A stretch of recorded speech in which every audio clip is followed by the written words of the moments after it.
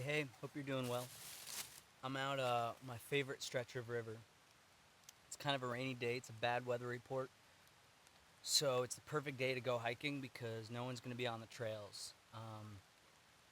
You might pass a couple of people that, uh, aren't afraid of a little bit of rain, but it definitely weeds out the crowds. I'm constantly torn between getting to know one place intimately and then seeing the whole world.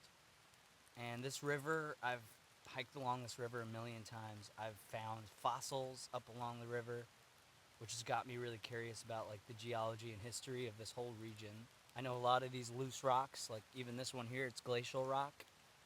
Um, but I don't know too much about the history, and I'd love to learn more about it. I love this river because every time I come here, the river looks different. If it's been raining for a couple of days, I'll try to get out here just because I know the water is just going to be rushing and angry and just exciting. And then if on the same token, if it's been dry for a while, if you've had a dry spell, you're going to be able to cross the river a lot easier in different parts. A lot more of the curvature and beautiful formation of the rocks is going to be, it's going to, a lot more is going to be revealed. Um, a lot of like cool crevices and parts where the water might normally be rushing is lower, so you could really see the damage done. You can really see what the water has been working on for thousands, if not millions, of years. So that's like a really beautiful part about getting to know one place intimately. Like you just get to know like kind of the personality of the place. It's sort of like getting to know someone, getting to know a person. Um,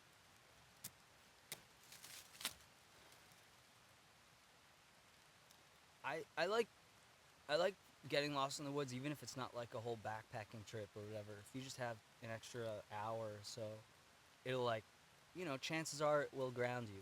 I'm not one of those like tree huggers that like, oh, you go out into the woods and I just feel more myself. I mean, plenty of times I bring all my baggage in and all the noise in my brain keeps on rattling, even when I'm out in just a beautiful place. But you certainly have a lot more of an opportunity, and especially here, like there's no service. You're really out in the mountains, and you're sort of you're forced to reckon with like what's going on in your life. We spend so much time like reading headlines, reading the news, but like we ignore the headlines in our own personal life. Like there are headlines in our private life. Like what's your personal deficit in like your brain or your soul? Not to get too cheesy on you, but like there's such a value put in like being aware and being plugged into like the narrative. But I think, and first get plugged into like what's going on in your life. What do you want? What are your goals? What's been gnawing at your spirit?